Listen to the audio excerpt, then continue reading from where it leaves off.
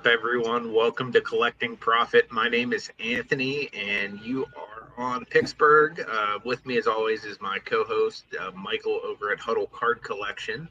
Make sure you guys are subscribing over to his channel as well if you haven't, because we do alternate weeks. So next week we're going to be over on his channel, so you're going to want to make sure that you're over there.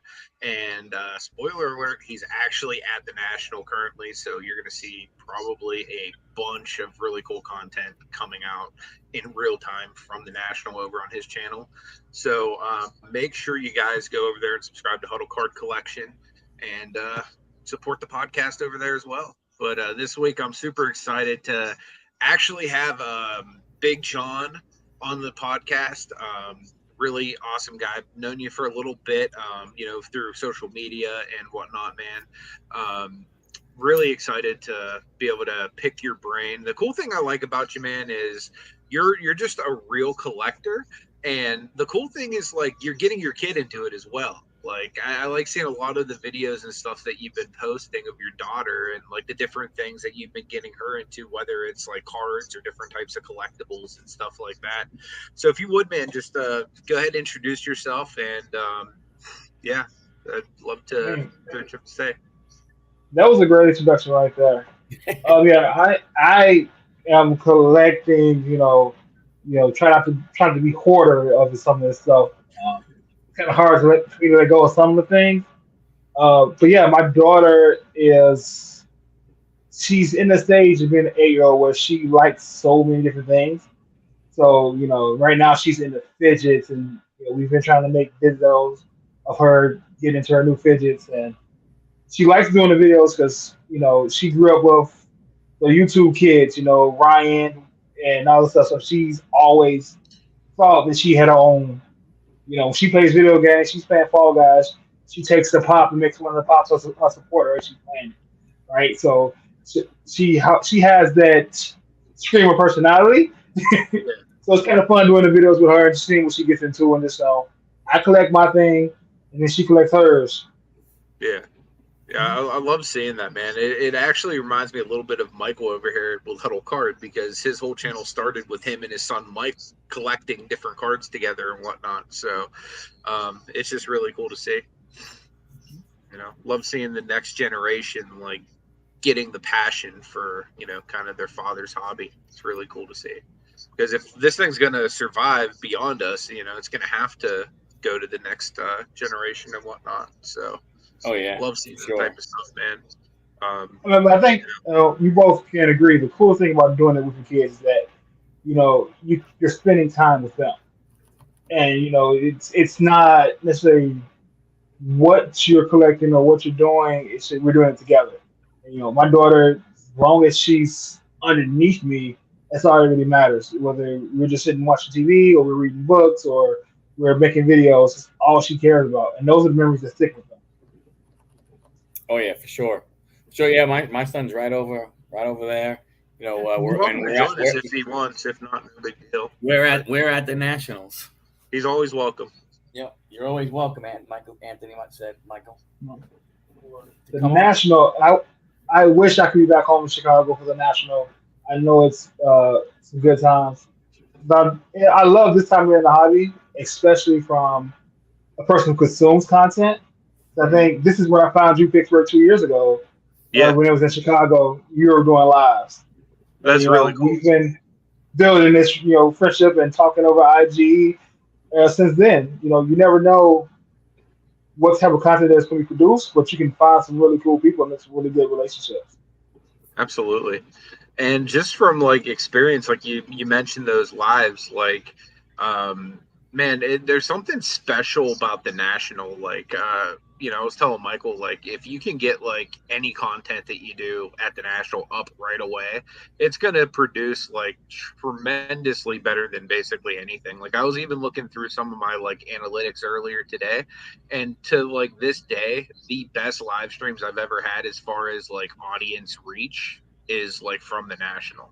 And that's just because like I would be trying to be like one of the first people going live there, so that way when people would search, it'd be like, oh, this Picksburgh guy comes up, and it's not like drowned out by like Sports Card Investor, Pac-Man, like Mojo, like name any number of content creators that are better and have more subscribers than me. You know what I mean? So, yeah, But yeah, like, but even now, like when you go on YouTube, if you're go live and type in national, you're gonna see everybody that's live now, and those guys who have those big YouTube channels, they're not live doing it because they take a lot of time to doing the editing and making sure the videos come out right for their analytics for what they do. So if you're live at the national, people want to see what you're doing now. Let me see the cards on the table. Let me see what's going on, and I can be there vicariously through you.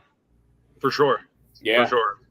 I think that was like a big thing for me is like, because I knew like when I post my video, it's going to number one go to a fraction of the people that theirs go to.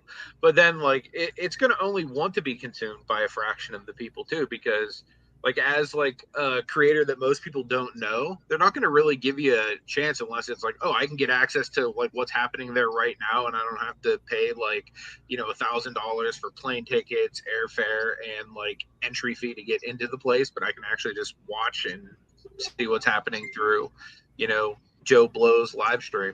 So that's like really where I have capitalized on, at least from a content creation standpoint with the National, is just trying to be like one of the first people like actually live and producing any form of content. But yeah, man, that's But cool. it's got to be That's cool that we easiest actually content to linked make. through. I was gonna say it's cool that we linked up through that. I didn't realize that was actually like the entry point to you actually finding my channel and stuff. So that's super cool. Yeah, I was thinking about it as preparing to be on the show. I was like, it was national 2 years ago in Chicago. That's where I found him. Yeah. Then we've been on Drip doing some things and over different platforms. So. Yep, absolutely. And Michael, actually, that was the first time you and I met in person as well, too, right? Wasn't it National 2 years ago in Chicago? Yep. So we first met in person and everything. Yep. I mean, we've known each other for I think a few years before that, but yeah, it was the very first time we actually got to meet in person. I got to meet Mike, your son, and the rest is all history. Yeah. So yeah, very important national, I guess, for all of us now. Mm-hmm. It is. It's I don't know. It's amazing. I mean, and the thing is we look at it. Well, a lot of us in the hobby are geared towards sports and everything. And that's what we're looking for, right? We look baseball, football, basketball, whether it be soccer, hockey, stuff like that. But like today, we went by one booth today, and holy cow, they had presidential signatures.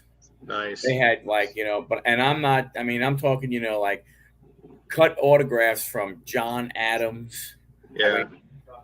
They had John Hancock. They had a cut autograph of John Hancock, and they had Nixon and Reagan and Herbert Hoover and all this other kind of stuff. So, so it's amazing the things that you see. We a lot of people think sports cards, but man, there's plenty of booths with Pokemon. There's plenty of booths that all they have is pop culture. They have, all like the leaf pop culture cards, wrestling cards, all autograph cards and all that kind of stuff. So it's it really is, you can see so much more than what you think you can see or what you should see. It's so much more than what you believe you're going to see. This stuff. Yeah. Yeah, I always tell people, man, like if for nothing else, like if you're a card collector, going to the Nationals, like going to a museum. It's like going through like the history of the hobby. You're gonna see everything. Like that there is. Like there's cards there. Like I saw Mojo posted a video earlier with like a $6 million card or something like that. Like it's insane. You know what I mean? Like to just be in the presence of something that like probably costs more than I'll make in my lifetime. So we went. I bet your security was close, right? I would hope so. So we went by a booth, and I can't remember which one it was, but they are making these custom PSA 10 holders, but it's a massive 3-foot by 5-foot poster type thing. Nice. There is one, and what they do is They had one where they used the Mickey Mantle, Mhm. and a guy had the Mickey Mantle set all autographed. Dang, that's insane. There, That's nasty. there it is, That's right nasty. there. That right there. All around that is PSA Mickey Mantles, and every single one of them is autographed. And then that 52 mantle is in the middle. That if you wanted Yeah. to, you could put your favorite card in that white triangle right there, PSA 9. So that's some guy who has all 20 or 21 autographed Mickey Mantle cards. That's insane. That's a great way to display all of them. Yeah. Yeah, heck yeah.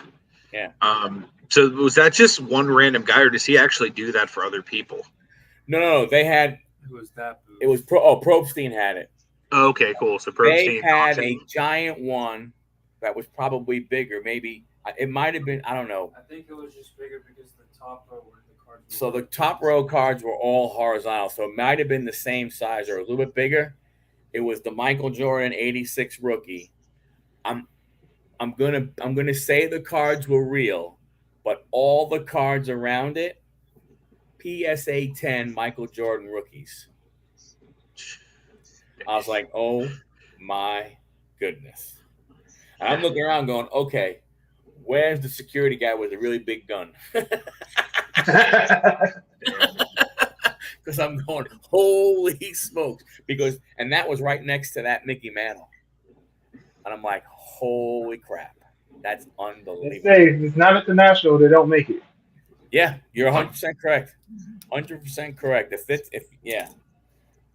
If you're looking for something, or if you're looking, you should be able to find it there. You gotta wonder like what the total value is at the National, not just in collectibles that are there present, but like what's the because people are walking around with probably tens of thousands of dollars even in cash. You know what I mean? So like you would think like what are they doing to secure that?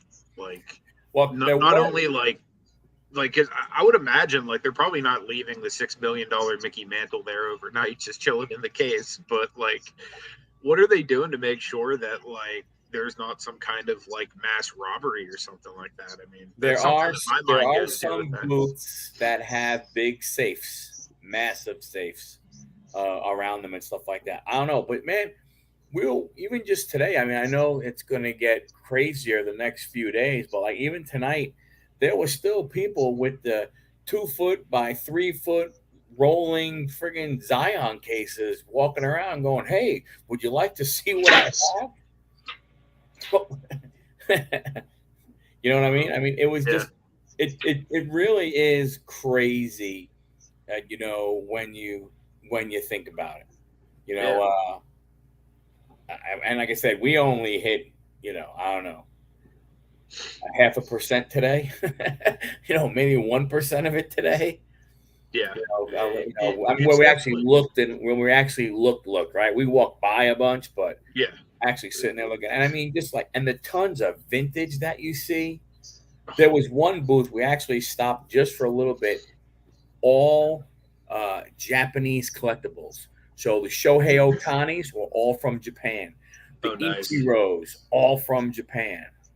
Nice. They had Antonio Aoki wrestling cards. That's cool. It was crazy. It was crazy,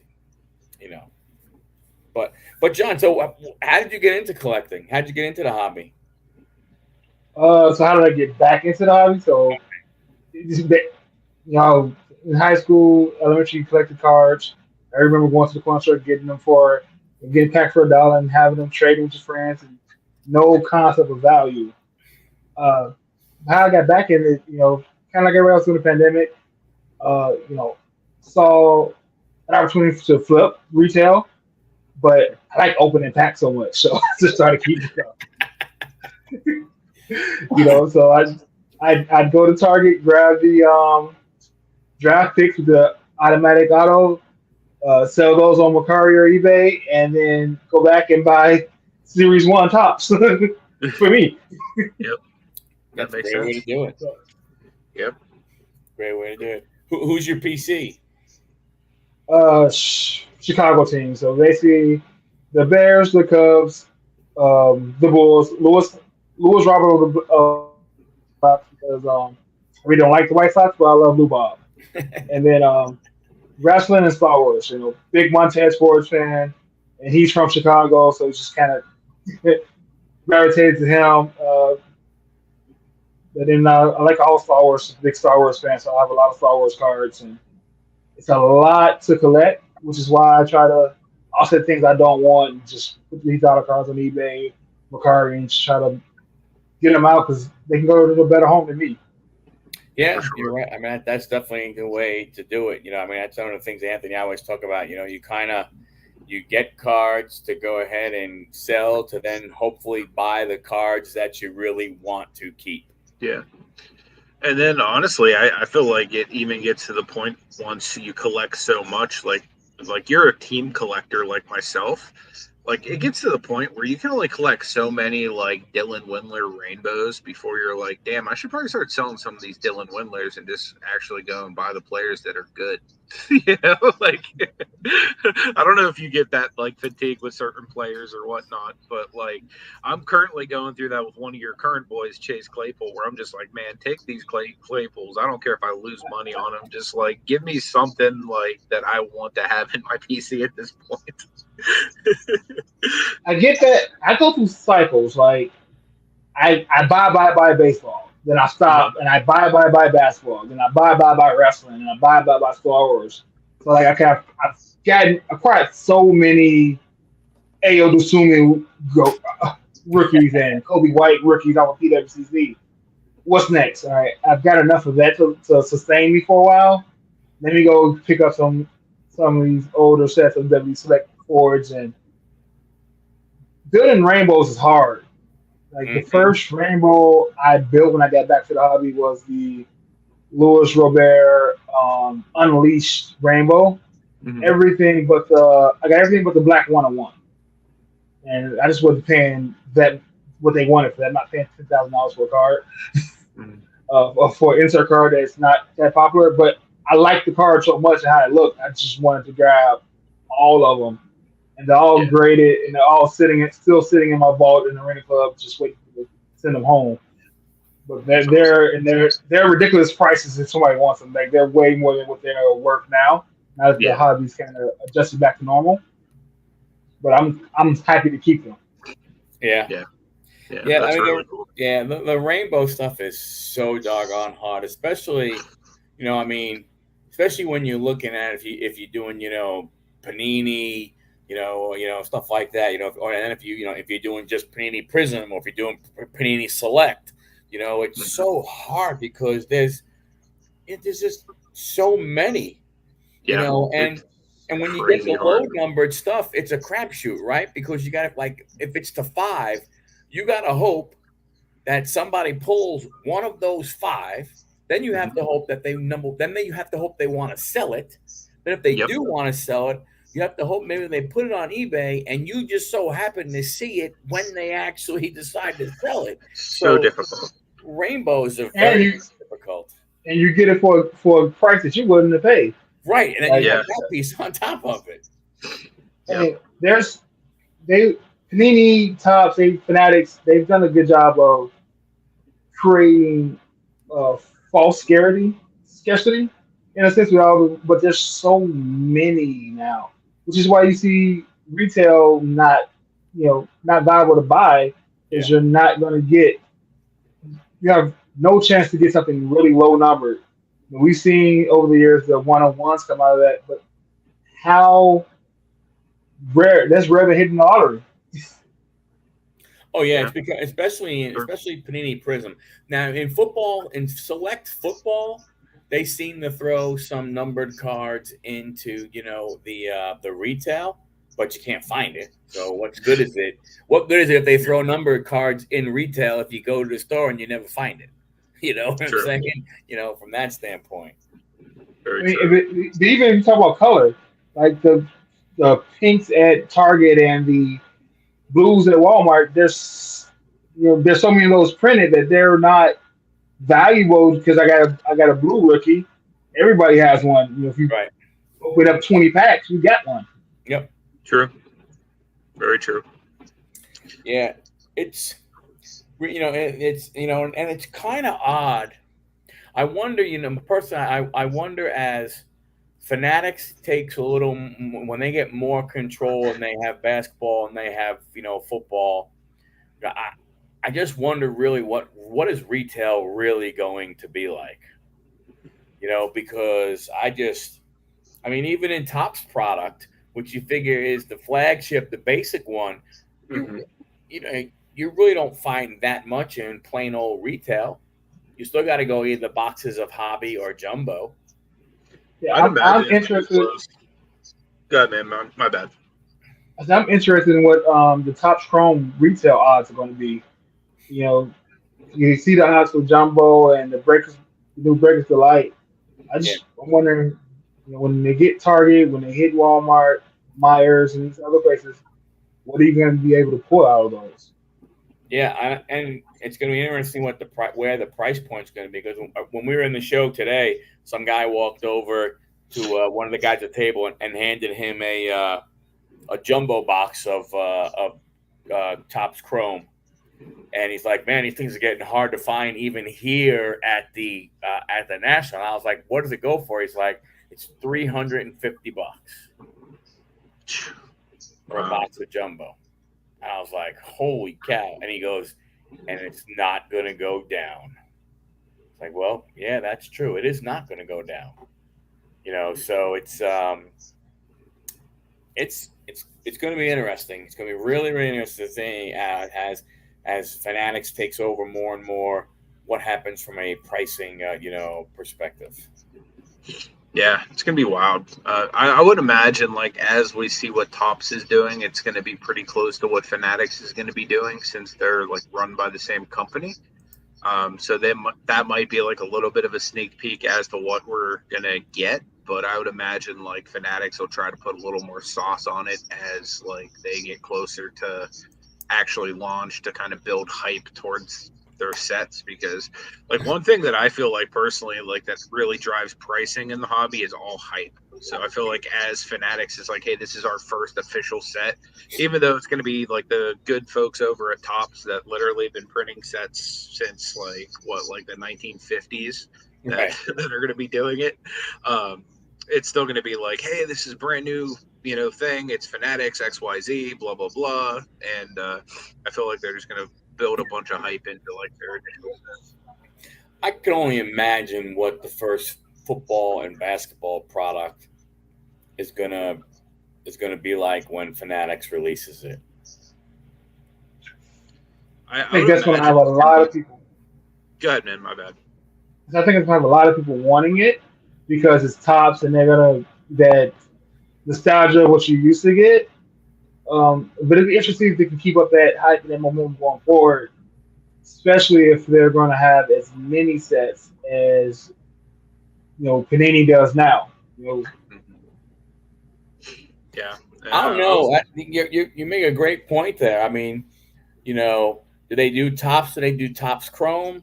I mean, I gotta believe that they're gonna have to have a chrome product. It makes no sense. Like you can't if Oh you're gonna yeah. have it for baseball and you have it for F1, and everything else you print. You have to have it for that. But I'm concerned. What I wonder about is inserts, right? Because one of the things about Panini, like you said, the Unleashed, and then they have Mystic and but like they would have a bunch of inserts. Topps really is never insert heavy, so Yeah. I wonder what they're going to do from that standpoint. You know what? Well, I I think was kind of on the same go ahead. wavelength as Big John here with exactly what he's saying as far as like the nostalgia point. With people wanting to like really get their hands on like Topps Chrome again. Like, so I think that's kind of like a huge thing. Like, hey, look, this is the first time like you're able to actually go ahead and pick up Topps Chrome since like whatever year it was. So I feel like whenever you can get Topps Chrome basketball, Topps Chrome football again, they're gonna like pump the heck out of those. And in my opinion, I feel like those first releases are gonna be like pretty close to like what it was like. If you guys remember, like when Prism first released, like Panini first got the WWE license, and those boxes were like literally 10x what they're selling for now. Like I feel like it's going to be like people that are so like, oh my God, Topps Chrome's back. Like if I get the very first Topps Chrome card, then I'm going to be like set for life, God, like of whatever player it was, So I think like those sets are going to be like heavily inflated just because everybody's going to want to have like, for example, like if you have 2012 Prism, which is like the first year Prism, it comes at a little bit more of a premium. Right. So I think there's going to be a lot of speculators out there really thinking that if they get the very first ever Fanatics cards, like, and who knows what the print run's going to be. They could be like, you know what, Panini did like 5 gajillion cards, we're going to do 10 gajillion, and they could really drive it into the ground, but we're not going to really know that till like years later. So depending on what those print runs are, those first few cards could be very sought after. I wonder if they will throw in those players that they missed.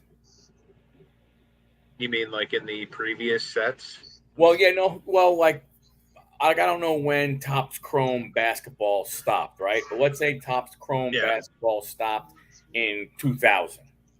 So there were players that started in 2000, 2001, 2, 3, that might be retired, that were star players. I wonder if they will throw them in. Look what Panini does, right?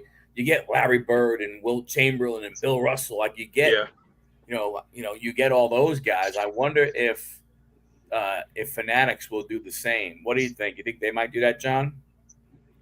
That's a good question because probably a great possibility. You get more people getting the nostalgia factor, and you see in the Topps Chrome baseball, they brought back the Youthquake inserts, so they can miss some of these players that you didn't get to see over the last 20 years. Get an AI Topps Chrome card, so that you couldn't get because there was no Topps Chrome basketball. All right. Yeah, it's going to. They have money to blow, and they want to make a lot of money.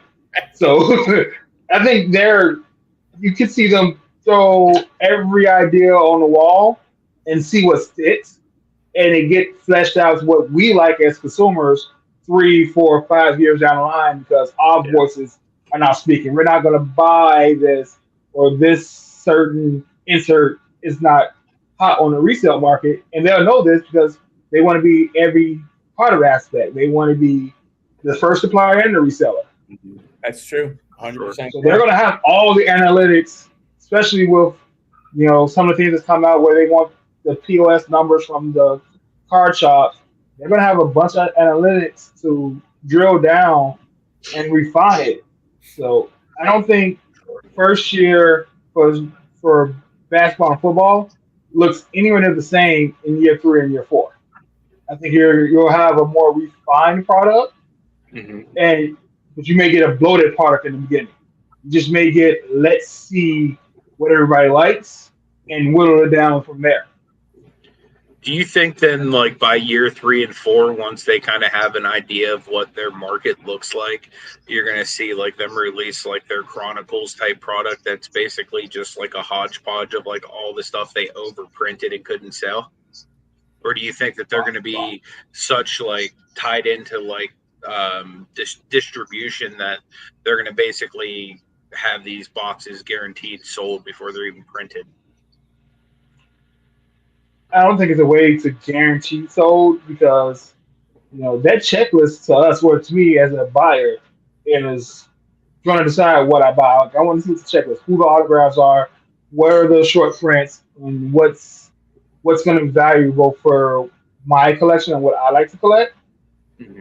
But I just think that there's no way you don't get a lot of extra stuff of them trying things like they're doing now with Topps baseball.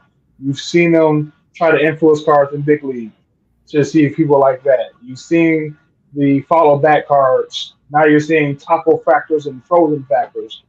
So they're getting a good bit of data of what we like, and they're gonna continue to see more of that with what we like with this first set of products coming out for the first probably year or two. I just think that's the unlike Beckett. I think that's part of the best way to do your market research is just to see what everybody likes, and then go back to the table and say, hey, do what you're going to do and take all the feedback and not just the volatile minority. Yeah, true. But Anthony, so what do you think? Like, for instance, with Chronicles, so do you think like Topps brings back, like Fire and Gallery and some of those sets that they said that they were kind of putting on the back burner for right now, or maybe stopping? Do you think they come out as like a type of you know what I would what I would do if I was them, like as Fanatics is taken over, I would literally produce a Chronicles-esque set with any backlog stuff. So, hey, this is going to be a Chronicles of like the last like 5 to 10 years of our product, or like whatever they just have sitting in their like warehouse. Like, hey, here's Fire 2016. Like, yay, let's chase after Carson Wentz and Jared Goff. You know what I mean? Like, no one's like really like hype after that at this point. I mean, maybe for Dak Prescott, throw it in. But you know what I mean? Like they could literally take those cards and like put them together with like, oh, okay, 2019 wasn't that sexy of a set because I mean you got Kyler Murray, but like I mean you figure the other real big quarterback, Hopkins is like dead now. You know what I mean? So like there's like a lot of different factors like where there's like either busts in certain sets or whatever. So what I would do is if they have like any of those sets just sitting around, put together like a Chronicle series of like, hey, this is what you could get from the entire series of like the last 5 years or like whatever they have like in house. Like I'm sure that they probably don't have like a tremendous amount of backstock, but I'm sure at some point like somebody was like, I'm not buying any more of this crappy set. Like, please, you know what I mean? Stop making me like I know like there's a certain like level of like, for example, if you're card shop or any form of distributor with Leaf, you actually have to sign up to buy a certain number of every single product that they print. And that's a way that they guarantee that like they're actually selling so much of the product up front. So that would be like really the only like real downside with a lot of this stuff, to where they might have already moved a lot of it and not actually have a backstock of it. But I would imagine that some of it, like the truly crap sets that were out there, like the stinkers, they're more than likely still backlogged somewhere in Topps' headquarters or whatnot. And if they do something like that and make it with autographs on those cards, I think you have a market for it. But yeah, I have enough crappy cards from all the overprinting. I don't need to buy another product of overprinted stuff. Yeah, and what do? Do you just go ahead and try and pull out, the stars, from those sets and everything? What I'm not a bad idea. Yeah, like a Topps archive with them, and then just stamp them and re-release them. Yeah, and that would make them more rare and almost like one of ones.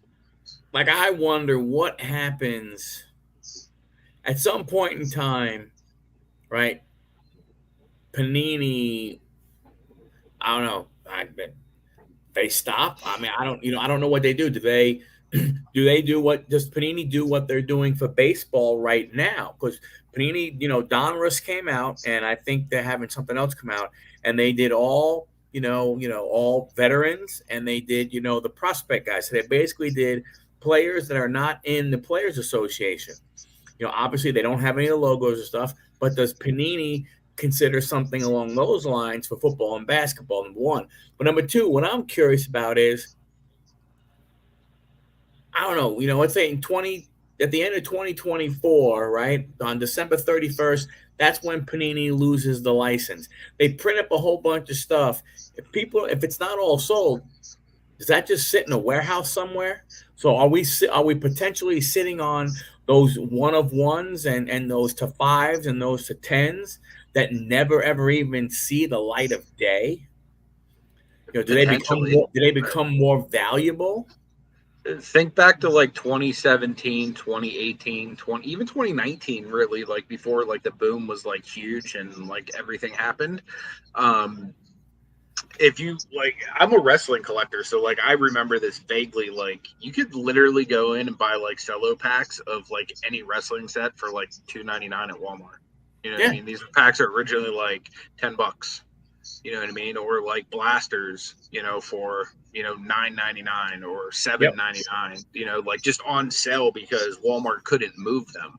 So I would imagine like there's probably a certain select checklist of sets that either by retail or whatnot, because I'm sure even Walmart's like, hey, quit sending me this damn wrestling because I'm losing my butt on it. I'm literally selling it for $2.99 a pack at this point. And here I am eating off of this stuff. Like I did like an entire series on the channel chasing after Kiss cards just because I was finding packs so cheap at freaking Walmart. It was like, why the hell not?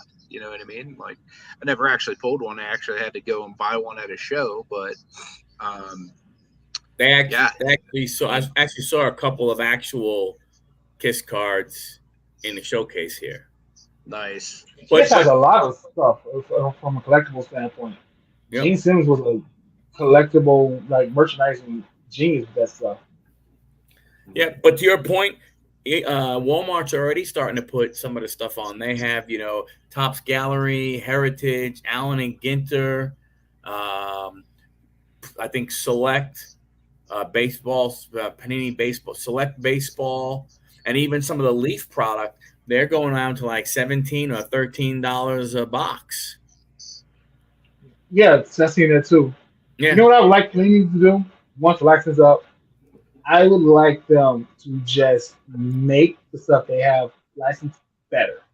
Just go full on into wrestling, go full on into your soccer cards, and make those products a better product. Yep. Instead of trying to, one get bought by Fanatics, or two push more unlicensed stuff that we're not going to want and we're not going to want to buy. Right. That Prism set was, when it came out, it was expensive. But if you go back and look at some of those cards are beautiful. The new Kenny set, the cracked ice cards for the new set, I'm in love with. Like those, even once I put on retail, those look good. They got a better shine to them. The pictures are better. You can just run your race, Panini. Like Right. don't run Fanatics race. Run your race. Focus on the licenses you do have and make those products better. It's still a company that's going to be needed, and you never know. You stay viable long enough. You never know how negotiations can turn later down the road with these, licenses. That's true. That's true. I mean, who knows? Anything is definitely, possible and stuff like that. Maybe Panini goes more hard after, college stuff with the NIL, and they're able to offer more money that way. Who knows? I mean, I don't think so. I think at the end of the day, Fanatics still has, a really nice bankroll that they could go ahead, and work with. Did you see that Panini just locked up Arch Manning, like for exclusive autos? Oh, very good. I didn't see Yeah. that. Awesome. So like that was, I think, a really big move by them. So like to your point, like with the NIL stuff, like that could be their next move if they're losing, like, for example, the NFL. Why not go for like being like Prism draft picks being like the premium, like before the NFL product? You know what I mean? So Right. I could definitely see something like that, especially if, coming into like the draft, like Fanatics is already saying, oh, okay, CJ Stroud and Bryce Young, we're going to just put them on, exclusives. Oh, Wembanyama, we're going to put him on an exclusive, So if coming into the draft, Fanatics is starting to lock these guys down, Panini would be smart if they want to like survive or like have any legitimacy, like obviously like have chase cards, because once they lose the license, like so getting a zebra stripe is awesome, like it's huge, but if you get it in like baseball, it's not as awesome.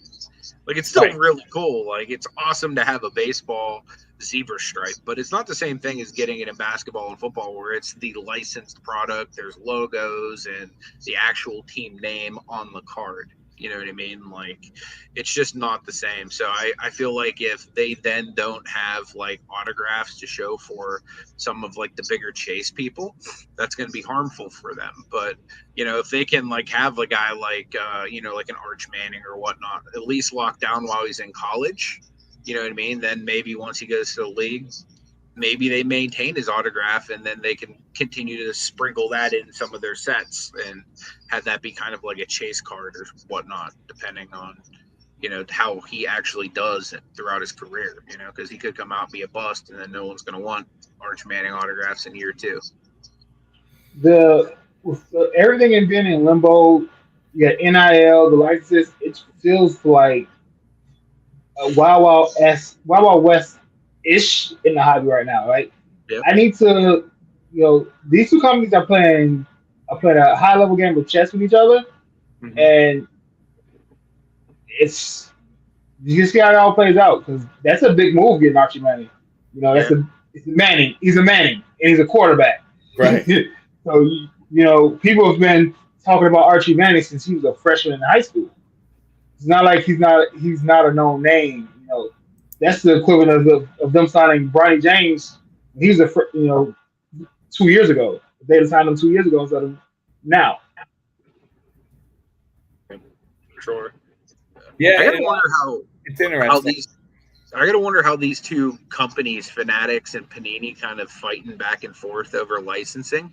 How does this affect somebody like a Brian Gray over at Leaf, who like basically his company's built off of autographs? Like, because what Leaf product now at this point like has any form of like credibility that's not like an autograph based product? Like most of their stuff, like the Pop Century and stuff, like I think that's going to continue to be something that's like really credible and profitable for them moving forward. But like especially like their sports sets, like if they can't start having like any of these rookie quarterbacks in there, like personally I'm probably not going to buy a Leaf football set if I can't get any rookie quarterback autos, because the quarterbacks are really what holds value in football. Like you can still make some money on some of the skill position players, but no one's gonna, like, in my opinion, chase products for like, oh, let me get the top running back or like the top wide receiver.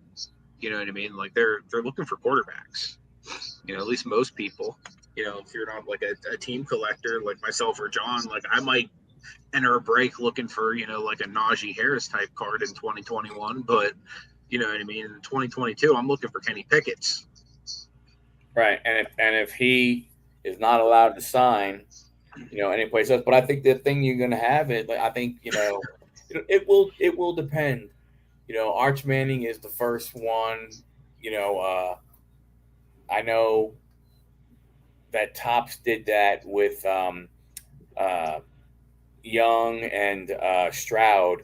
They got the they got the exclusive for their autographs. So this way, Panini couldn't put it in Chronicles. They can't have them, you know, in the Chronicles piece, which was crazy because, you know, Panini had already, I believe, printed out in a lot of that stuff where they did the redemption, which was XR, and it just said like QB1 or QB2, QB3, something like that. You know, so you pull a QB1, you're like, yes, this is incredible, and then you realize, oh, it's Anthony Richardson. Do you see that being an issue with somebody maybe even trying to do like a class action lawsuit against Panini because of that? Because they're not going to get the Anthony Richardson or the C.J. Stroud autos now. Yeah, I mean it's possible. You know, if you advertise it a certain way, anything is possible. You know, with the way people are, you know, today. I mean, it is. You can't hold that. You can't think that there's not a possibility. It is deceptive marketing to say, hey, you're getting QB1's autograph, because QB1 to everybody in the world is Bryce Young. He was the very first QB drafted. Yep. So to Panini, QB1 is who's the highest drafted quarterback that we actually have a license for, and that's who you get. So like I see why there would be a bunch of people barking back and like forming some kind of class action suit to try to get some better value. All it takes is one enterprising lawyer. Yeah. No, most definitely. Very But true. then when you look at the redemptions, also, at what point in time, let's say it's RB1. Let's say it's I don't know what they go up to, right? I don't know if it's just the quarterbacks or if they do any other skilled positions.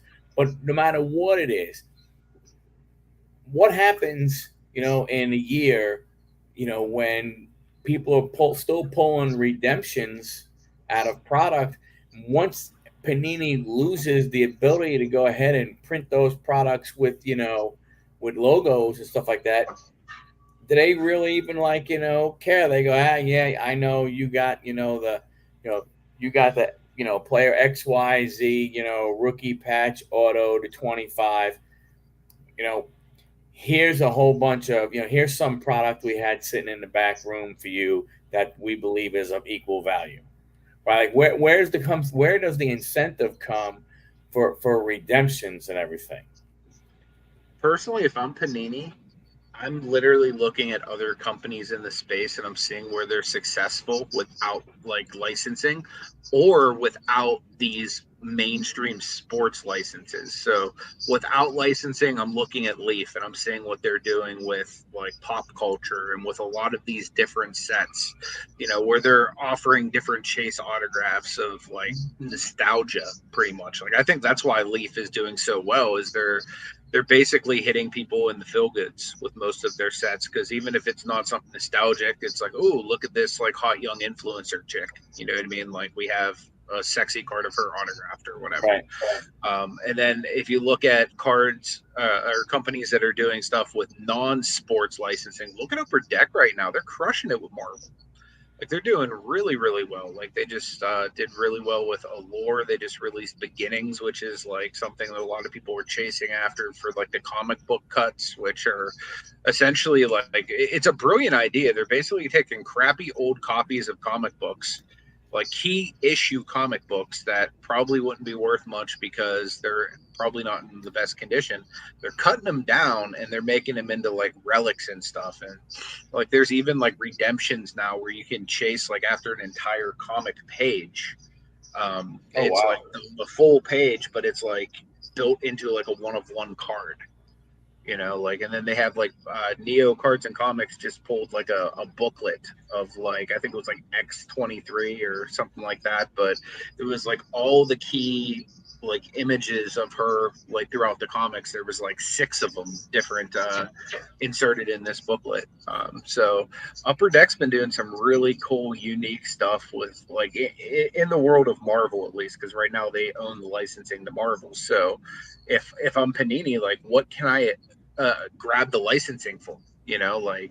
Like right now, like does DC really have that big of a following like Marvel? Probably not, but I'm sure people would probably like some Batman, Superman type stuff if you could produce it in a nice quality. You know what I mean? Like what other type of like IPs are out there that people might go after? Like right now, Stranger Things stuff is huge. Like there's tons of money to be made that aren't specifically the NFL, the NBA, the MLB, or whatever licensing that Fanatics is going to have. So, like, can you do what Upper Deck is currently doing? Which, I mean, there is some rumors that they might even be acquired by Fanatics, which would be really smart for Fanatics because right now they're doing really well in the hockey market and in the Marvel market. And, it may be beyond my knowledge, but maybe they're doing well other places as well. But I know for a fact hockey and Marvel, they're doing really, really good things in right now. So if I was Fanatics, I would probably want to lock that portion down as well. But if I'm Panini, that's probably where I'm looking to go is like the successes that other people have had in the non-licensing route, and then I'm also looking into what IPs I can grab. Because it's almost like a Disney Universal thing. Like, what IPs are they going to get to build their park to make it better than the other one, so people are going to want to come there? Like Panini right now lost basically all of their big IPs. So, like, if I'm them, I'm looking for something that I can hang my hat on and be like, okay, so I don't have any of the major sports, but hey, maybe I'll become like the premier like tennis brand or, NASCAR brand or, insert whatever, My Little Pony brand. Who knows? You know what I mean? Like, but find like where there's people wanting to buy cards. Like personally, if I'm Panini, you know what I'm looking into is freaking K-pop. That stuff is freaking huge in Asia right now. And like, I feel like that's going to be like in the States, we really don't hear about it. But like, if you look like internationally, like if Panini would start printing freaking K-pop cards, like I see a bunch of like K-pop cards people are selling that literally look like Polaroid freaking pictures. They're just like literally something I could make better in a paint program on my computer.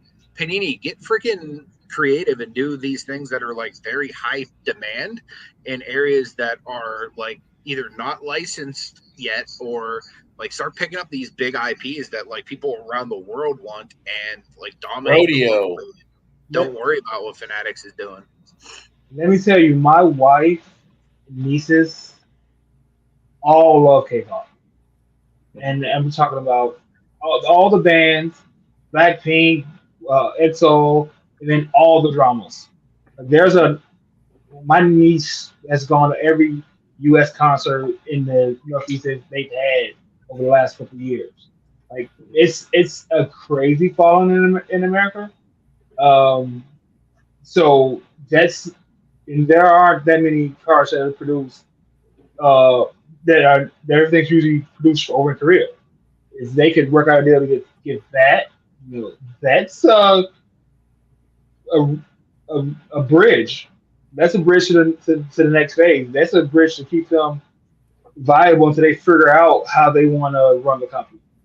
What else they want to do. And there are so many sports that they could tap into that are, I mean, it sounds stupid, but pickleball. They're professional pickleball players. Pickleball is huge. There's guys that'll collect pickleball if you give them access to it. Like as stupid as it sounds, lacrosse. Gate City Paul would buy lacrosse cards all day long. So you know what I mean? We're watching ESPN the other day, and I'm like, "What the hell is that?" So it's a table that has a slight curve to it.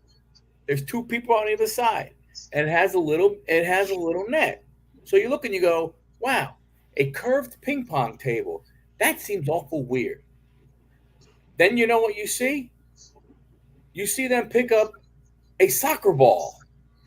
And they are playing a ping pong-esque soccer game to where you can't touch it with your hands. So you can head the ball and you head it to your person and your teammate can kick the ball over the net and onto the table, and then you can return it again with a headbutt and all this other kind of stuff. I'm thinking, what in the hell is this? So I don't know if you guys have watched as much ESPN as I have, but in the summertime they used to have the Ocho, and it was just every oddball sport. Like they have indoor tag leagues, indoor drone flying leagues. There's a lot of sports that we don't think about, but if they got money put behind it, they got cars put behind it, that'd be awesome. Cornhole, absolutely. I mean, look at how big F1 and UFC cards have been. You know what I mean? And like those were like untapped markets until recently.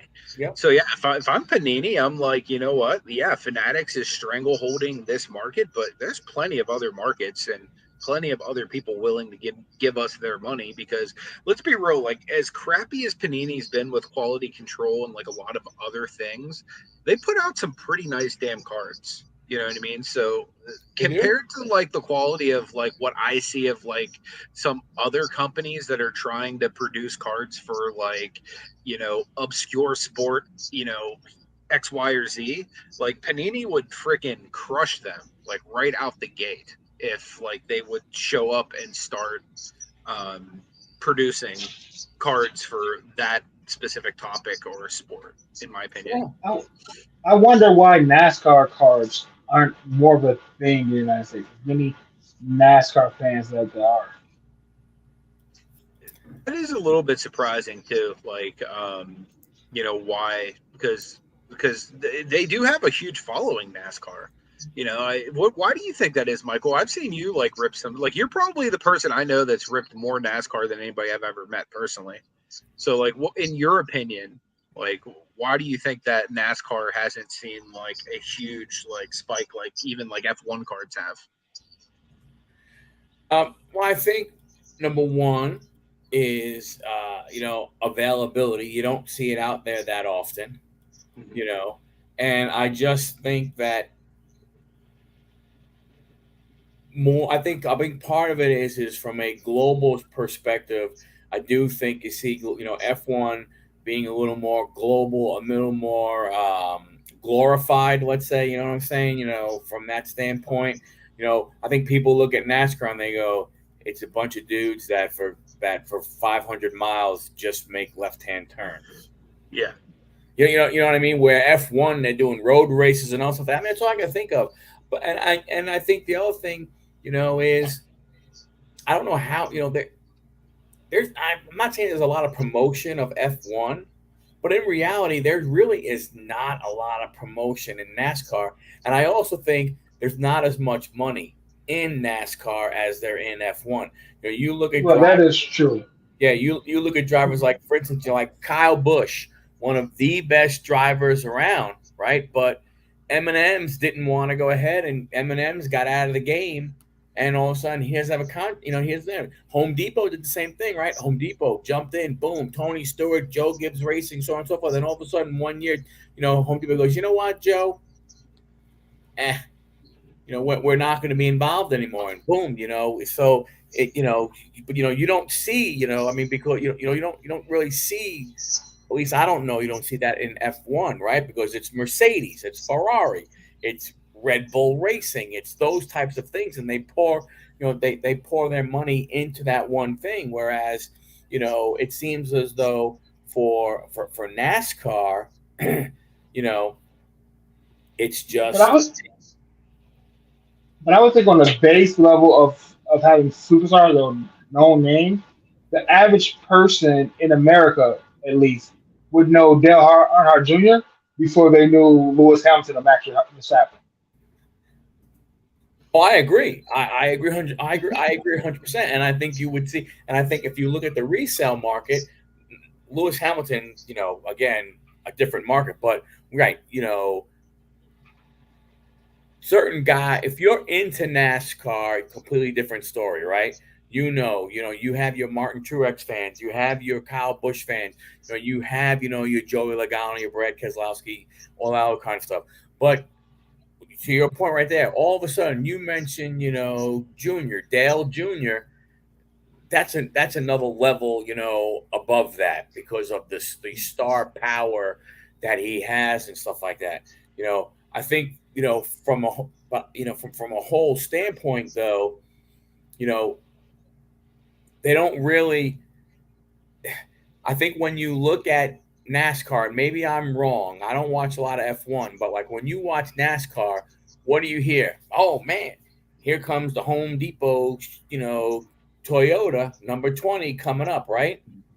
It didn't really, a lot of times you don't hear them talk about the race car driver. A lot of times it's it's the STP 43 or whatever it may be. It's the UPS one, it's the FedEx, it's this, it's that. It seems to me personally, it seems as though it's more about the sponsor a lot of times, whereas to me they talk more about the actual drivers in F1. Maybe I'm not the biggest racing fan. I mean, I did get in a couple breaks, bought a couple F1 cards, and I guess I didn't buy the right things. So I've had the darndest time selling them online back.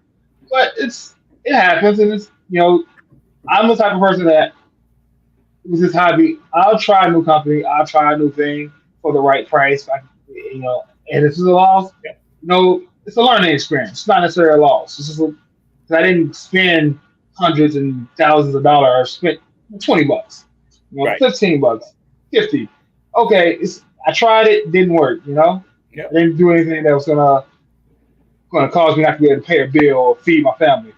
Right, and I think that's a great point and everything. You know, I think, see, I don't know. It's so hard, Anthony. It's so hard because you just don't, NASCAR. The people that know NASCAR does sell, right? I mean, it's just one of those things. I just think honestly, I think the hobby, even though NASCAR may be big, the hobby, part of it is small. Can I mean, this is gonna sound like super like racist towards like us, but like, could it be that the majority of people that watch NASCAR are like poor, like white guys that like can't really afford to like collect like these high end cards, whereas like See, NASCAR, I mean, F1 They is may be like poor. The poor ones are the guys watching on TV. Because so if you're getting in your RV and you're traveling and you're there for race weekend, I mean, I don't think you're paying $5 for the weekend. You know what I'm saying? So I think you still have to have some. But I think overall, I don't think you're. I don't think you're. I think it I could just be think of NASCAR like the demographic of like being like, hey, let's go, Sanderfeld, let's go watch some NASCAR. Like, like that whole like trailer park demographic of like, maybe I'm wrong, but I mean, I just don't really see like for example, wrestling. Like most of the people that are into wrestling, like it's more of like your like guys like me who are like not like your regular people, richer regular like people. Yeah. exactly. Like it's not like your higher end society. Whereas like F1, I just think of like rich European guys going, "Oh, Grey Poupon," you know what I mean? Like Yeah, that type of person. Like so but that's why I wonder if like because it's essentially the exact same sport. Like guys driving in circles. The only difference is the cars look different and there's a different demographic of people watching it, in my opinion. so So F1 has a lot more money into it. You can tell just by where they are racing at, right? Everybody that owns an F1, you're multi billions, Right. right? yeah, You have the Bill Gates and Elon Musk money to be able to run those things. But when you talk about um, NASCAR, it's still millions of dollars. You still need as much money as to get a low level NBA team to own a team. You can't just be yeah. any regular thousand there and have a team. But I just think NASCAR being in the US, at those Daytona 500 sells out. Indy 500 sells out. Oh, yeah. It's the same thing with wrestling fans. I being a wrestling fan and being who went to a bunch of shows, a lot of wrestling fans don't collect wrestling cards. I'm on Right. a lot of Facebook groups with wrestling fans, and they don't collect wrestling cards. So my thing is, where's the disconnect? Is it marketing? Is it what's the disconnect between the fans of this sport and the people that want to collect cards of this sport? Well, Not necessarily even the dollar amount value of the sports. well, to your point, look at it this way, right? Mhm. NASCAR. You're racing in Darlington, South Carolina. You're racing in Bristol, Tennessee. F1, you're racing in Monaco. You're racing True. in Dubai. You're racing in the streets of Paris. There's probably a little more money in those parts, but also probably a Yeah, little more eclectic group of people as well. 100%. but That makes a lot of But sense. the NASCAR is people not cheap. But how many regular Americans are going to be able to go to one of those F1 races? I've seen the Las Vegas race where $10,000 rooms and $20,000 packages to go to one of those races. As if you can live in Atlanta and drive to Darlington, South Carolina, and Right. spend a couple $100, and if you're a NASCAR fan, Yep. I just think there's a disconnect with some of these regular people sports and regular people entertainment things. Mhm. So when it comes to cards, that has naturally not to do with the money value. The same thing where even while we know WNBA is a great sport and they're great athletes, we don't watch it. It's not watched. Yeah. No. I think you are. I think you're right. I think it's. Um, I just think it's one of those things to where, again, you know, it's to me. it is more of a. I think to me it seems like the promotion of F1. It's like it's promoting itself the way it is. It's, oh my gosh, hey, we're going to be running on the streets of blah blah blah blah blah. This that and the other thing, right? In NASCAR, it's like, hey, next week we're going to be in Darlington. You know what I'm saying? I think from that standpoint, and yeah, I mean, it definitely is not. It is not cheap to go for sure. But I think when you look at it, I think the reason why your F1 cards and so on and so forth go for more and stuff is there's just more hype around it than there is a NASCAR card. Because if you're looking at Lewis Hamilton and you look at the things he does, right? Things he did, and let's say you have an immaculate, one of one autograph with part of it, I don't know, part of his fire suit. He's done great things and everything, but then look at Jimmy Johnson, who I am not a fan or anything like that, but a 7-time champion, in a row, seven in a row. Yeah. You would think if they came out with an immaculate one of one autograph with a piece of his fire suit, that type of stuff doesn't happen as much. I'm not saying Lewis Hamilton is not good, but when you look at that type of thing, you would think Jimmy Johnson should go for a crap ton of money. And not saying that Lewis shouldn't, but the thing is that proportionately, it's just nowhere close. They should be apples to apples. I think a lot of it's branding. You know what I mean? Like, for example, like F1's like a big thing even on like Netflix right now. So like even people that aren't into racing, they might buy a Lewis Hamilton card because they watched him on a Netflix series. You know what I mean? Just because they're a card enthusiast. I'm like, oh, that guy was pretty cool. Let me buy one of his cards or whatnot. But I also feel like they have like a little bit more of like an upscale marketing. Like almost like if you look at the difference between different grading companies, like no matter what, like, grading company X, Y, and Z does, everybody can say, yeah, but they're not going to sell for as much as PSA. So there's always going to be like, oh, well, PSA is this more high-end brand.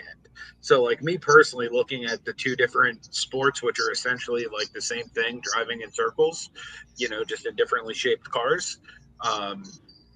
Like one I feel like catered to a more higher end demographic, and the other is just like, hey man, come open up your Bud Light and let's watch the race together. You know what I mean? Like that's just, I feel like it's a regular guy sport, just like John was saying. Dusty's comment, I think, goes ahead and kind of hits it where he says, NASCAR really is just American, and you maybe get some Canadians. True. And maybe you get some people from Mexico, right? Maybe you get that. But F1 is, it is worldwide. Louis Hamilton is known in America. He's known in Canada, England, Italy, Germany, France. The Middle East countries. He's known. Everywhere. Max Venz, whatever however you say his last name. All those guys. They're known worldwide because, to Dusty's point, it is more of a worldwide sport. True. I mean, it's just like Messi and Ronaldo and Mbappe, right? Versus, guys that are good in the U.S. That's the way I look at it too, Mark. Like maybe it's just me being too raw, but like I literally like the only person I know in person that like likes NASCAR is like my dad, and he's like a regular dude that's gonna sit there and crush like 10 beers and like watch a race. You know what I mean? He's not anybody that's like of good wealth that's going to be out there chasing immaculates or like anything like that. He's like a regular blue collar, hardworking dude that's going to sit there, crush 10 beers and watch the race. Right. You know what I mean? Like, whereas like F1 just going to like any, like the national, like you're going to see dudes walking around with cases with cards of their F1 collection that cost more than I'm going to make this year. You know what I mean? Like, it's just like, it's like a different level for some reason. It definitely is, and I think when you look at it from our standpoint, or from a hobby standpoint, hey, you go where the look. If you're someone who's looking at buying and selling, right? I want to buy low, sell for a little bit high. The truth is there's maybe one or two guys in NASCAR that you're going to do that with, but there's a hell of a lot more that you can do that with in F1. Yeah, and I think that's what ultimately pushes it that way, from that standpoint. But to your point, I mean, I don't know why. I don't know why there's not a whole bunch of collectors. I mean, it might also, Anthony, it might also be, what do you have? You have Prism, you have Donruss. That's all you got. You don't, and then, well, Chronicles. I think they'll do Chronicles, right? I don't know what else they'll do. Do they do any of the higher end product in NASCAR? Like, do they do I don't know. I think they do Immaculate and stuff now, like NT for NASCAR as well. Well, that's good then if they go ahead and do that, But I think probably part of it is they may not do it because they don't see the return on it. So why should I push it? Yeah. Right. Sure. If I can sell a box of NT football for $5,000, why should I bother printing it up and making the boxes for NASCAR if I'm only going to be able to sell it for $1,200?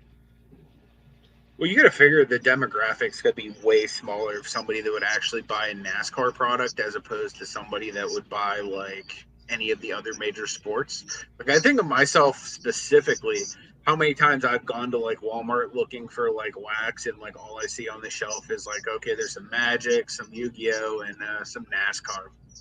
I'm gonna pass. You know what I mean? And then I just leave. You know what I mean? Like, nothing against NASCAR. It's just like I would know who some of the bigger names are, but like I don't watch the sport, so like I really don't know who any of the people are. So even if I open the box and hit big, I'm not gonna know it. You know what I mean? So like for me, that takes the fun out of it. Like I did a UFC box battle, maybe 2 years ago with a buddy of mine, Grimes Friends. He used to be like a professional UFC cage fighter, or I don't know about UFC, but like a cage fighter. Yeah. And like we're doing this box battle, and I had no idea if I won or lost because I didn't know who the hell any of the fighters were. You know what I mean? Like if I got like Khabib or whoever like people were chasing after, I would know that name. But like literally the only guy I knew, well, I didn't get any Connors. The only guy I knew I pulled was the guy who says my balls are hot. Like after he won the match, and literally, because he was like, yeah, my balls are hot. It's like, yeah, of course I want to know that guy. But like literally, like I had no clue any of the players or fighters that I was pulling were outside of the guy with the hot balls. So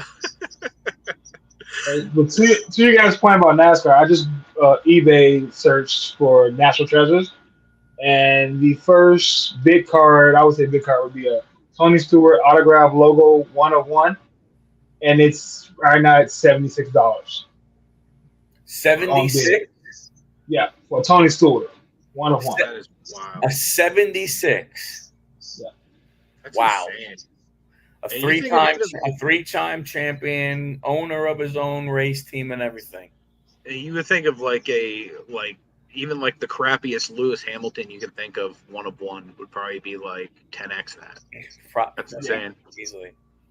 But it's like, hey, are you talking about value of the cards or the experience? I think we're doing the both. I think it's the value of the cards are not there, and it might be because of the experience.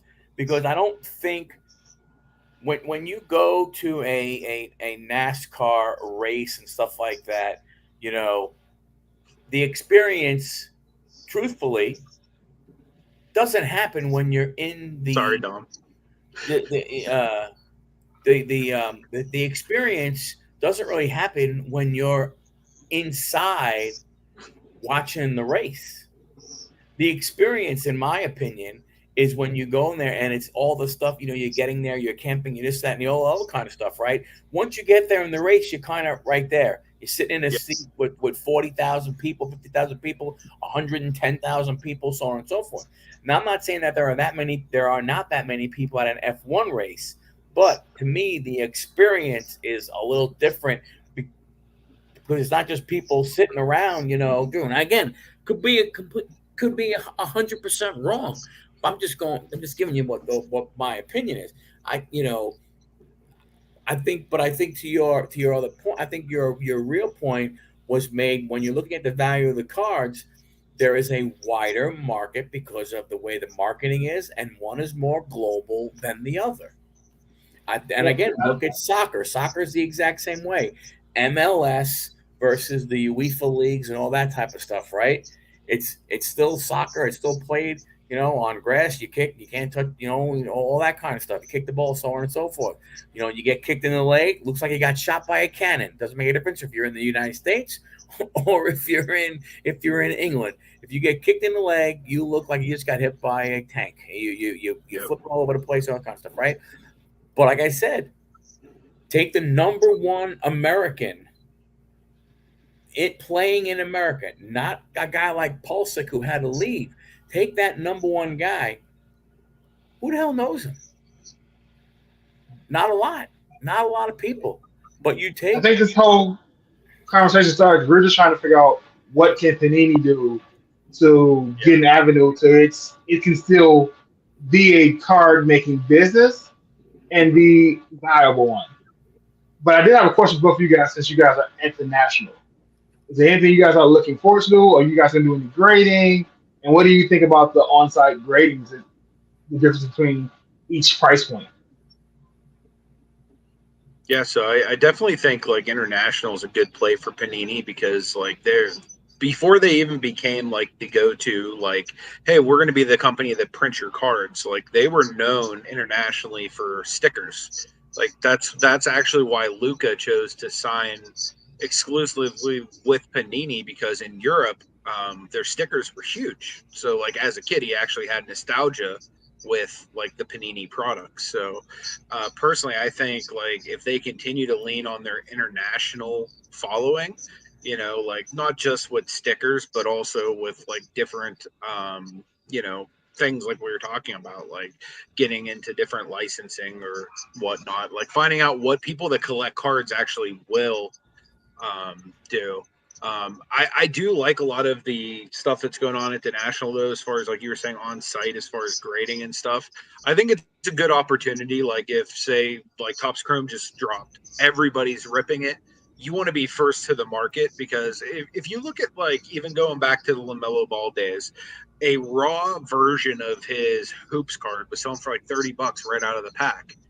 By the time you're getting that back from PSA, you're basically getting the same amount as you would have gotten raw for it. So being able to give it to PSA, SGC, CGC, whatever initials you personally like to submit cards to right there on the spot, get it back that day or even at the end of the show, I think is a huge advantage because then not only are you getting like the, hey, this is a brand new set premium, but you're also getting, oh, that's a graded copy of the brand new set premium. So you're probably going to sell that card unless like that player goes on to be like, say a Patrick Mahomes, where like his first year he's like not like a active like starter, and then the next year he becomes a stud, and then he goes on to win multiple Super Bowls, or championships. Like for the most part, like that's going to be your best bang for the buck is being able to get the card in, get it graded, and get it transacted right away. And if you have it at a show like the National, it's something that you can turn over right away and actually, get probably a premium for it because I don't know about you guys, but anytime I've ever gone to the National, I literally save money that I'm just going to blow on cards. You know what I mean? So it's like, oh, damn, it's the last day. Let me go buy like X, Y, and Z because I still have so much left in my like blow money on cards fund. And I think there's a lot of people that go to the show with the same like kind of notion, like I have X amount of money that I'm going to just blow on cards. So being able to get like that new hot card graded and in front of tens of thousands of people, even if you're not set up at a booth, like imagine you're just walking the floor and you just have like a brand new hot, Drew Jones superfractor or whatever you pull, you know what I mean? You get it turned around. You can literally walk around booth to booth. Hey, are you buying? And show that card off and, get a pretty good return on it. So I think It's interesting here. So, like I said, we walked around. SGC is doing their thing. Didn't really see their setup. Tag is set up. And they have a pretty big area. It looks like they have their machines and everything here to do what to do the grading and stuff like that. We didn't walk over by PSA, so I'm not sure about that. The on-site grading. I mean, let's face it. The truth of the matter is, I think Anthony hit it on the head. To me, if you're looking at two different aspects here. One, if it's a card, that you just want slab, then it would be cool to go ahead and have it done quick rather than, sending it away in the mail because you're afraid of that. I can understand that, that's okay. The big one I could see is, like Topps Chrome right now, it is baseball is what is being, from what everybody said, it's like it's being broken in the break area like crazy. So I could see, I don't know what the chase card is, but let's say you're in one of those breaks and you're there live, or you bought a box and you rip it right there and you get whatever the chase card is. If you could go over and, like, I don't know, not sure if PSA is slabbing here on site. I haven't checked it. But obviously, we have to use PSA. But if they are, or I know SGC is.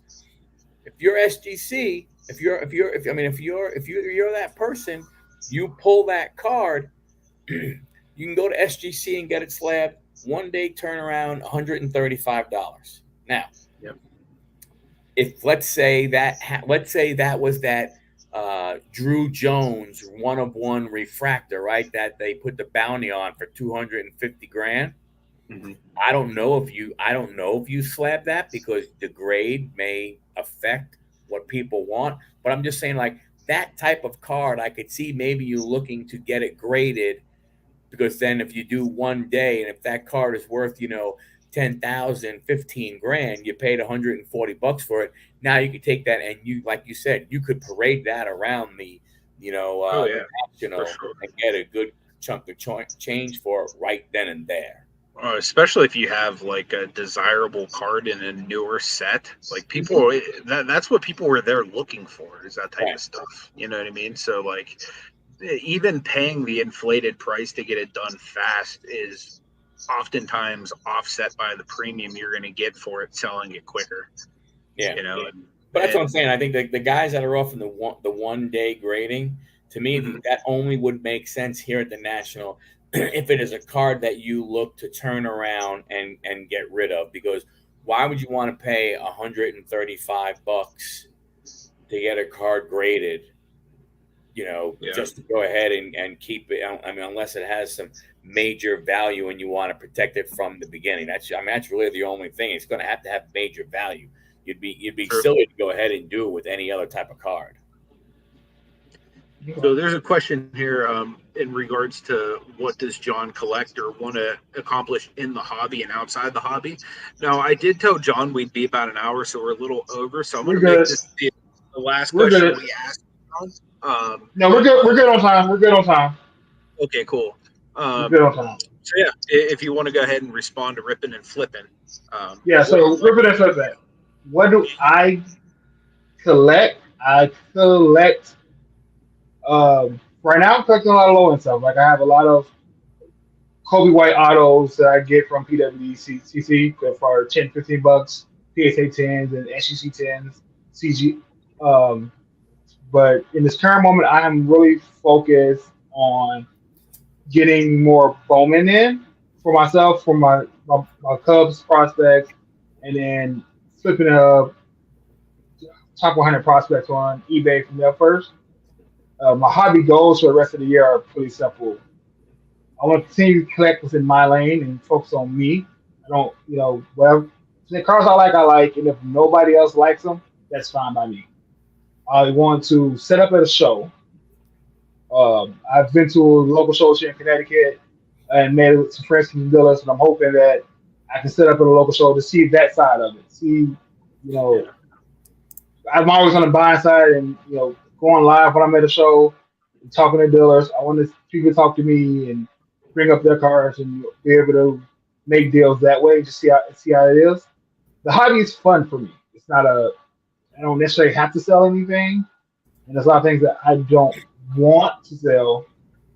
But I want to do every aspect of the hobby this year and see what I like, see what I don't like.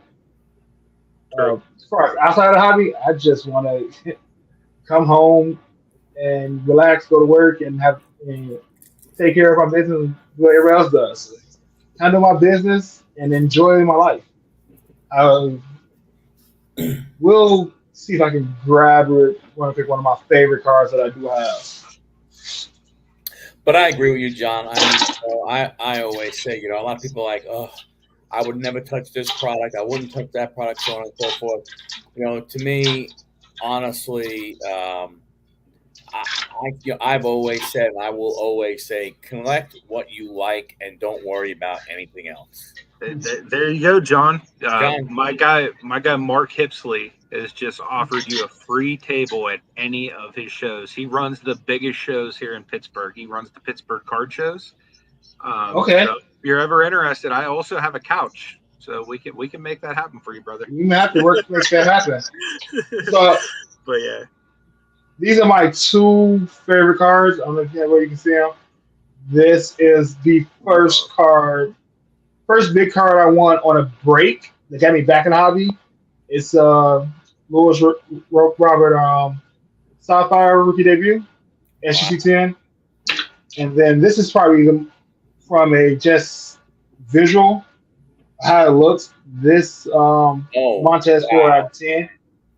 This card looks amazing, and I love everything about this card. The pose, the backdrop, how it looks in the tuxedo, and it's number 4 out of 10.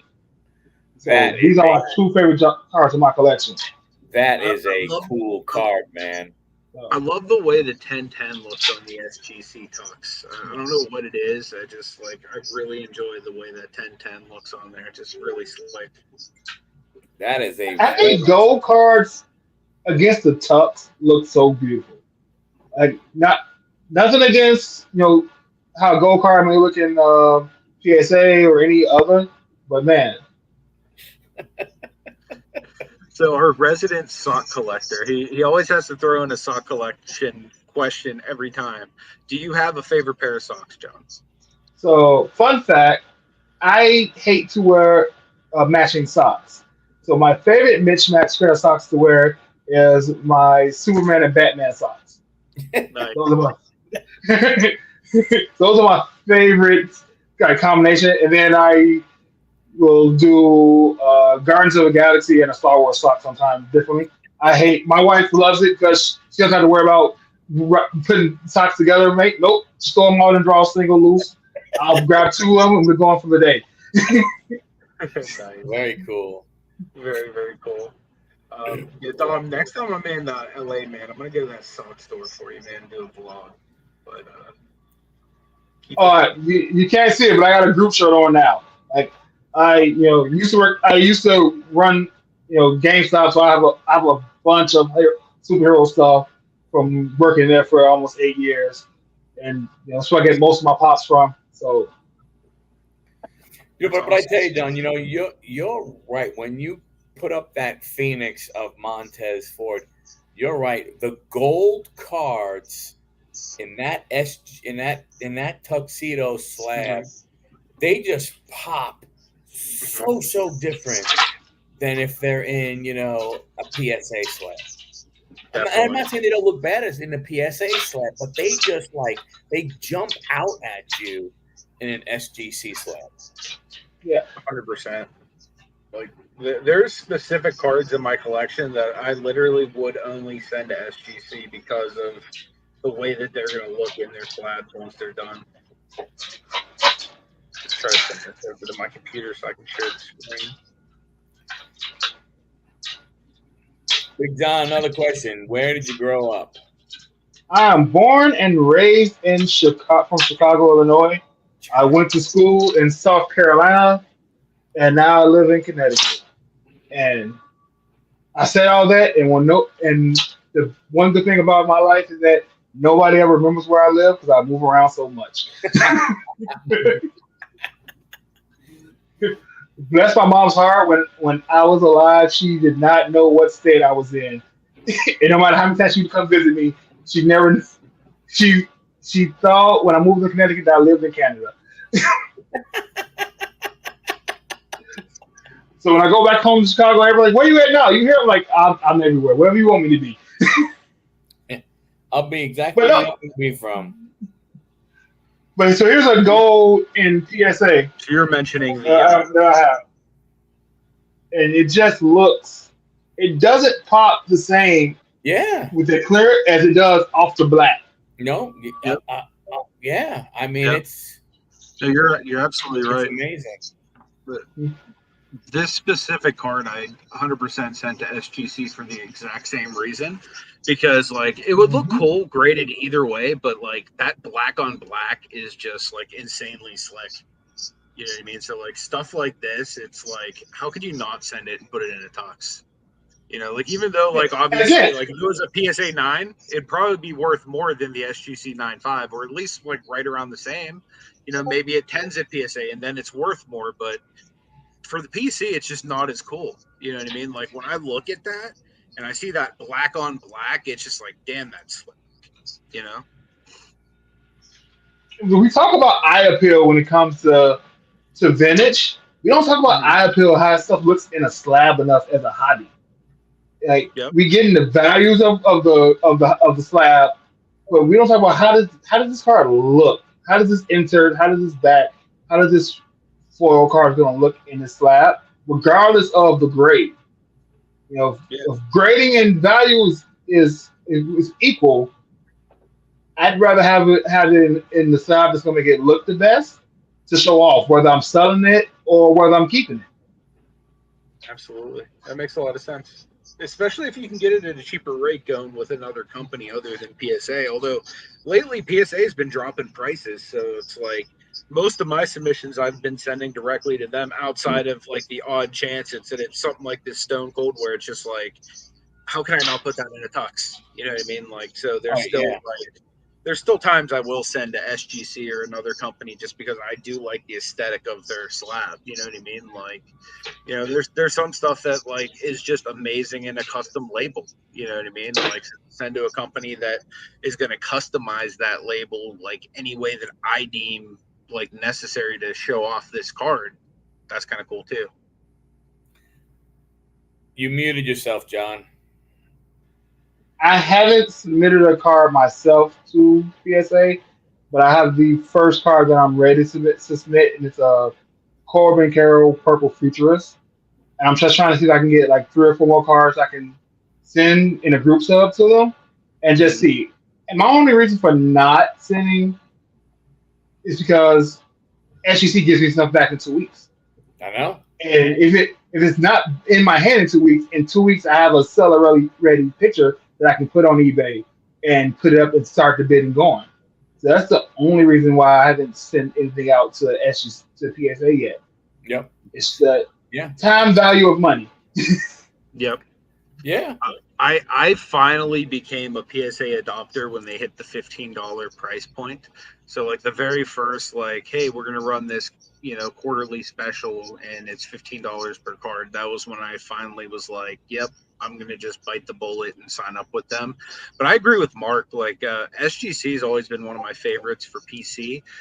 Even for like resale during like the times where PSA was like crazy expensive to send to, I would like I've made so much money sending cards to SGC just like during the boom because they were fast. Like that was really like the thing that made them a little bit more credible like to use is just that I would have the cards in hand before like they started to tank in value because they weren't the new shiny set anymore. You know what I mean? So but yeah, as far as PC, there's just the aesthetic like with some cards is just wonderful in their slabs. But yeah, PSA is like king right now for resale. So like majority of my personal submissions going out right now are going over there. Which I actually need to get a submission out. I haven't sent to them in like over a month, which is not really like me. So But yeah, I definitely, that Red Label is definitely old, like 1999. Yeah, I mean, and that's, it's to your point, that's the big difference right now. I mean, and when you look at it, am I keeping it? Am I reselling it? Or and stuff like that. But I think if you want to be like first to market in graded cards, you almost have to go SGC. You're not going to get the same dollar figure, but at least you're getting first, and you get a little more, than you should, because you're there first. True. So that's a good point here. He said resale value hurts. PSA is king, but ugly. I agree. Like their slab's not like the best looking. Now, one thing I will say is it's like a classic look. Most people think of graded cards, they're going to think of a PSA slab. So like for that reason, like I don't necessarily hate the look of their slab just because it is classic, but I mean, it's classic in the sense that, like, if you get a classic pair of like Reeboks to wear, they're still like a $30 pair of shoes. You know what I mean? They're not sexy. Whereas if you get a pair of LeBrons, that's like a $200 pair of shoes. Those are more sexy to wear. They're going to be more eye appealing. So I do see the point there. One thing I will say with PSA, as far as being like the king, as far as like resale and like everything else, they're probably also the king in inconsistencies when it comes to their actual grading process and consistency of grades. Just as somebody, like I've literally group submitted to any of the credible companies that you can think of. I've sent group submissions to companies like GMA that like aren't even like considered like good to most people. So like throughout almost every single grading company I've sent group submissions to, and in those group submissions I've been able to like pinpoint like in the high 90s percentile like what the cards are going to come back like in pre-grading. Hey, this card's going to be an 8.5, this card's going to be a 9, this one's going to be a 10, XYZ. You know what I mean? So like I had a really good track record all the way up until like I became a group submitter for PSA. Now that I submit the PSA, it's like literally like, man, I'm getting cards back that are 6s. It's like, it's a freaking 2022. How the hell is that a 6? Like I looked that over literally with a microscope.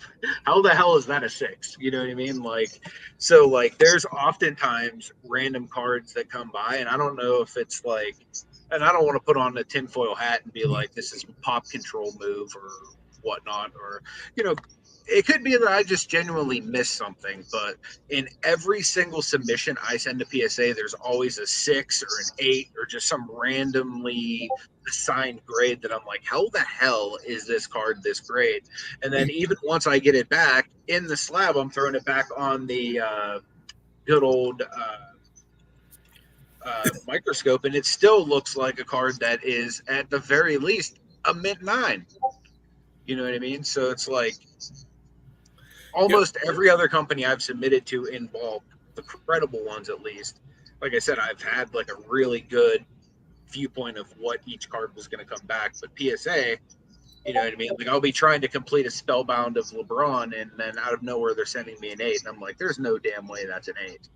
If I were to crack this card and send it to SGC, it's going to come back like a 9.5 or something like that. But then the problem is the rest of the spellbounds in PSA cases. So then for me to like then crack it and send it to another company to get the grade I feel like it deserves would then ruin the aesthetic of my spellbound because it's now no longer uniform in the same holder. You know what I mean? So here's what I find interesting from a standpoint of when you seriously, if you were to put a PSA slab and an SGC slab, we'll just use those two companies to get next to each other. Yeah. The PSA slab is, to me, looks more like the one that you would want to have just to protect your cards in your collection, right? Because it's like, this is my PC, this is my guy. I don't want these cards to ever get ruined, right? When you look at SGC and the presentation, the way it is, you go, that's the kind of card that you look at that would be out, that you would look to sell because people are going to look at it like, oh my gosh, look at the way that sits in that thing, right? So it's kind of weird, but a lot of people look the other way and they go, well, I just send the SGC because, I don't care about the value. I care about protecting the card. But when you actually look at the two slabs, you would think the PSA slab, because of how plain it is, that's the one you would want to do to protect your card, because if you're getting a bunch of your PC cards, slabbed, a lot of them are going in a 2-row box, they're going in a box and they're just being protected. Like where the SGC is something you think, man, this should have value. Look how beautiful it looks. The sad part is, for protection purposes, I wouldn't send to either of the companies. I'd go to either Beckett or CSG just because of like the quality of the slabs. That's true. Like, for example, like the UV stuff they put into it. Now, granted, like those would be like if I'm sending cards out, that'd be like my third and fourth choice. So, like they're not necessarily like companies that I would like endorse. Like, hey, if you really want like a good return on your thing, or like I see like these companies being like very credible, like long term, like necessarily like I always tell people PSA SGC, because number one, those are like the top two that people are really going through today. But I definitely think that what they actually put into their slabs definitely is something like, if you have a Kobe Bryant 96 refractor that is very susceptible to greening, you 100% want that in something like a Beckett or a CGC now that's going to have like the UV protection. But you're also going to want to make sure that it's like very well protected in case you drop the dang thing, like they also make like the Slab Strongs of the world, or like the Collect 3D prints, or any of like the companies that like will protect your actual slab. But like, as well and good as that is, and like God knows I use those type of products, I want to make sure that the actual damn slab does its job. You know what I mean? Like, shout out to Flippin' Steve, if you guys know who he is. But he just put out a video just this last week where he was throwing a bunch of different company slabs into a swimming pool.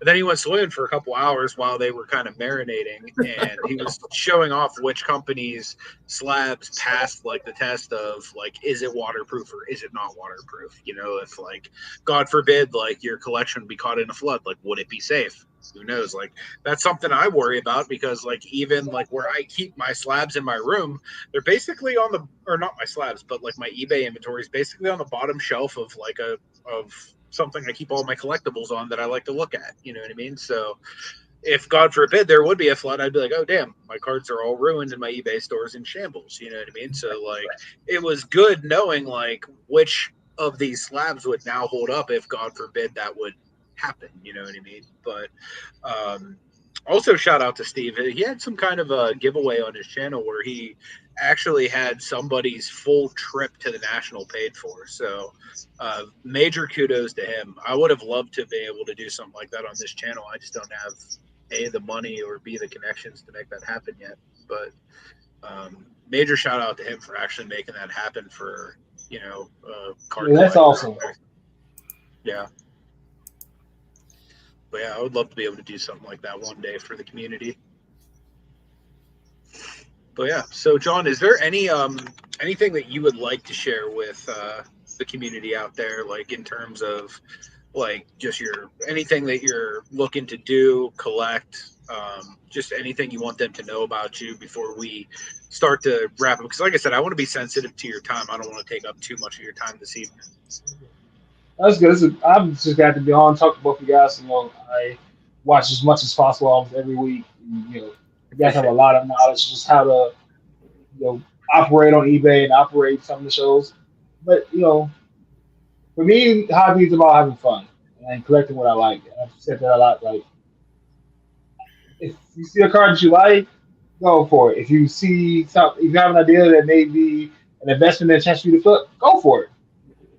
If you're smart and you're not putting your finances and your things that are important to you financially in jeopardy by doing it, go for it. Right? And a lot of the things in hobby, I've made connections because I've never been afraid to showcase other things that I like on my Instagram. Whether it's promoting you guys' YouTube channel or somebody else's YouTube channel or somebody else's Instagram break. And I do it without asking, can I do it, or asking for a thank you behind it, because this is what I like. And I feel like every content creator, when they create content, they ask you to like, share, and I'm just doing what you've asked me to do, watching the videos. And if it helps, great. If it doesn't, I try it. Every little bit helps, man. Like literally, like if you share something out and just one person comes and they're like, wow, I actually like that content, and they start watching it, like that's super, super helpful. Like every like literal one person that shows up, like for me at least, like seeing like the names that show up in the chat every single week, that's encouraging to like want to do this again the next week and then the next week. You know what I mean? So and then like having somebody like yourself that actually will share something like that's worth its weight in gold. You know what I mean? Like I seen something on TikTok. It was like a friendship thing. It was like, you're my friend, but why ain't you shared my stuff? You know what I mean? XYZ. Mm-hmm. And it's like, I'm not the type of person who would ever like be like, hey, asking like people to share my stuff. But it's like, it is something that's unique, like that somebody will actually take their time and share out something that's important to you. So I appreciate that. That means a lot to me. Like regardless of whatever result it brings in, it means a lot that you thought enough of coming on the program that you were like, hey, I'm going to share this with people I know. I think everybody in the hobby, they gravitate to sharing the big names, the curators, the Jeff Wilsons, the Pac-Mans. But we all gonna find those people easily. There are content creators that generally love the hobby, that generally want to do this, and not necessarily for the financial gain of doing it, because they enjoy it. And if you enjoy their content, show that. So let's help each other out. Let's be what we say we are, a community, and help each other out. It's not. And on the flip side of that, if you're a person who likes something but you don't know how to introduce yourself to somebody, share their stuff. I guarantee you, they're going to reach out and say thank you. They're going to reach out and say thank you before. If you do that quicker than if you send them a DM asking them something or trying to do a deal from their DM.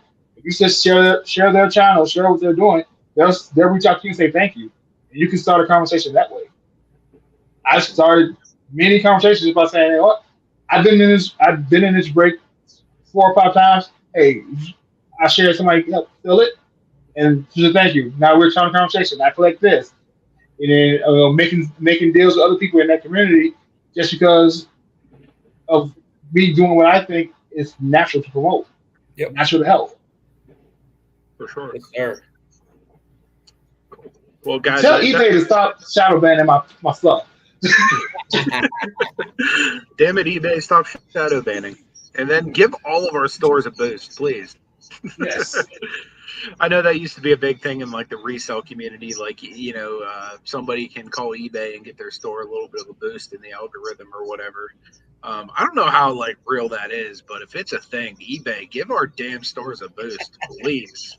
Listen, I know shadow banning is a boost because I today verbatim went on a computer at work and looked up a card I have for sale and could not find it at all. And like it's on sale on my page, and it was verbatim word for word how I had described in the title, and it was not there. I was just like, never going to sell this card. I had this card been up for 2 weeks, a very popular player, and it has 0 views.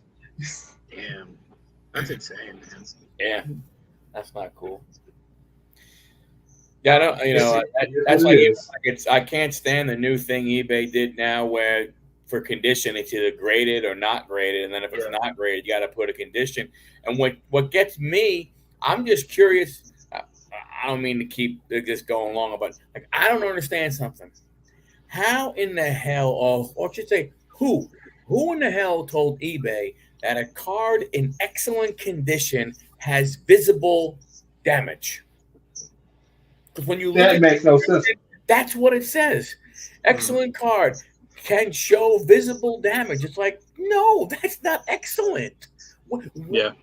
In where does anything, in no matter what space you collect, I don't care what it is, not just cards, anything you collect, where is something with visible damage considered excellent? Don't let it be a pop. Because any, I don't know if you guys have ever sold a pop, but the slightest damage to the box that is not described, collectors will return it in a minute, bad feedback, and go crazy. Like if it's not as described with a Funko Pop, they're not having it. Yeah.